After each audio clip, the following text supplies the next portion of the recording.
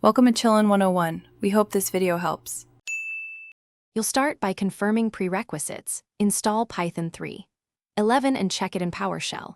Run Python version and where Python to confirm the executable. If the installer didn't add path, run the installer again or add the path manually. This ensures PowerShell finds Python.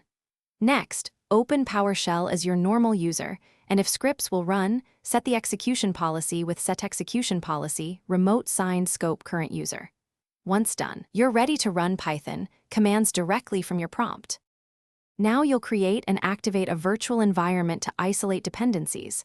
Make a project folder, cd into it, and run Python mvenv. Venv, this keeps packages local.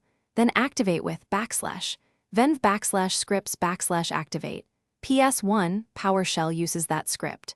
Once activated, install libraries with pip install requests or any package you need, and confirm with piplist. Use Python script, py to run a file, or invoke the REPL with Python.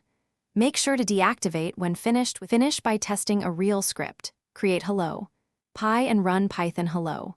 Py, you should see output immediately. If you want double-click execution, set file associations carefully and adjust pathExt. However, running from PowerShell is safer and clearer. For consistent behavior, use Python U or include a shebang in scripts for cross-platform parity. If something fails, don't panic. Verify path with where Python, confirm the active venv, and check your execution policy. That single troubleshooting step fixes most issues. Thanks for watching. Consider subscribing if we helped you.